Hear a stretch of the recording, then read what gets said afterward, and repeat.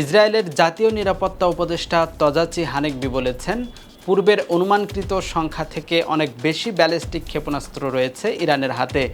ইসরায়েলের সেনাবাহিনী রেডিওতে দেওয়া এক সাক্ষাৎকারে হানেকবি বলেন, এই বাস্তবতা ইরানের হুমকি মোকাবেলায় বড় চ্যালেঞ্জ হয়ে দাঁড়িয়েছে।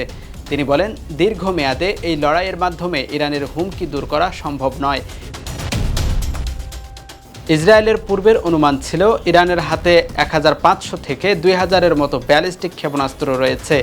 গত শুক্রবার ও শনিবার ইরান ইসরায়েলের দিকে 200টিরও বেশি ক্ষেপণাস্ত্র নিক্ষেপ করে, যার অনেকগুলো ইসরায়েলের বিখ্যাত আকাশ প্রতিরক্ষা ব্যবস্থা ভেদ করে ঢুকে পড়ে। দ্য টেলিগ্রাফ এর বরাতে জানা যায়, ইসরায়েলি সামরিক বাহিনী জনগণকে সতর্ক করে বলেছে, এই প্রতিরক্ষা ব্যবস্থা সম্পূর্ণরূপে অব্যর্থ নয়। এই হামলা প্রমাণ করে যে এমনকি বিশ্বের সবচেয়ে উন্নত আকাশ প্রতিরক্ষা ব্যবস্থাও ব্যালিস্টিক ক্ষেপণাস্ত্র থামাতে হিমশিম খায়, কারণ এই ক্ষেপণাস্ত্রগুলো শব্দের চেয়ে 5 গুণেরও বেশি গতিতে ছুটে আসে, যাকে প্রতিহত করার মতো ভূমি থেকে নিক্ষেপযোগ্য প্রতিরক্ষা ব্যবস্থা খুবই সীমিত।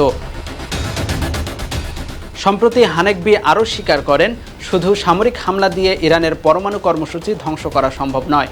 তিনি জানান, পরিকাঠামো ধ্বংস করা সম্ভব হলেও প্রকৃত লক্ষ্য হওয়া উচিত ইরানকে তার পরমাণু উচ্চাকাঙ্ক্ষা থেকে সরে আসতে বাধ্য করা।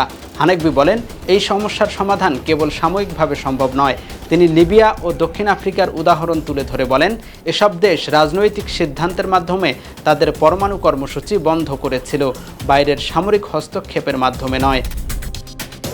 দেশের নাম্বার 1 ট্রেডিং অ্যাপ নিফটি ফার্স্টে পাচ্ছেন ট্রেডিং এর সব সুবিধা, dual exchange access, company analysis, portfolio তৈরি করা সহ আরও অনেক ইউনিক ফিচারের সাথে ট্রেড করতে ডাউনলোড করুন এক্ষুনি।